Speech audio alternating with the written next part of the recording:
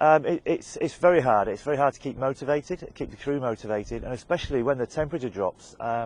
Because you're going into the wind, you also, although the temperature might be -7 at night, with the wind chill factor, you're probably less than -10, and you can't keep your crew on deck for very long, otherwise they start suffering from hypothermia and exposure. So you actually, although people are in 4-hour watches, you only probably put them on deck for 20 minutes at a time, and then get them back below decks to warm up before they go back up again 20 minutes later. And it's really a real psychological battle just to keep going, and it's almost like being in shock after this period of time. I think the crews would be very, very happy to be on shore. Because the wind is coming from exactly the same direction you want to go, you can't sail directly to where you want to go. So you have to sail at angles to the wind.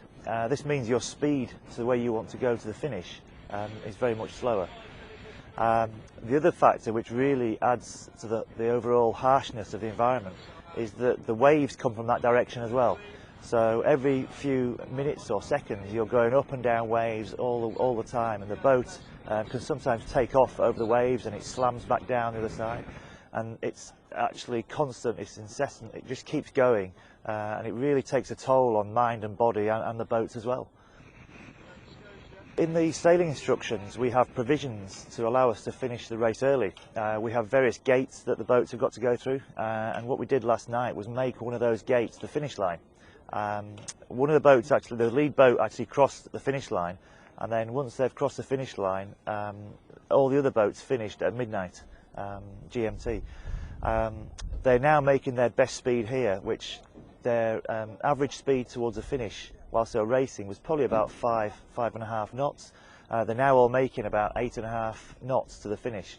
So the racing has been very close all the time, and Danny and his team managed to get to the front of the pack. Unfortunately, as I said, it's very, very hard sailing. It's taking it out on the crew, and it's also taking it out on the boats.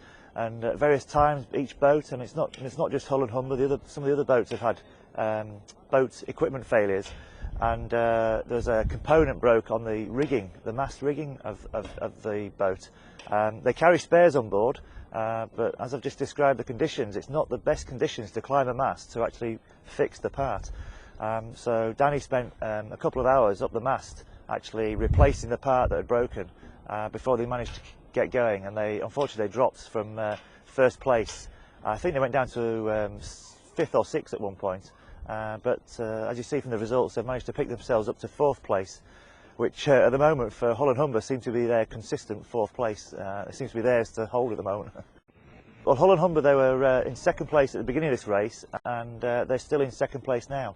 They're actually on joint points with Glasgow, but because Hull and Humber won the first race to La Rochelle later last year, that first place gives them priority over Glasgow at the moment, so they're still in 2nd place.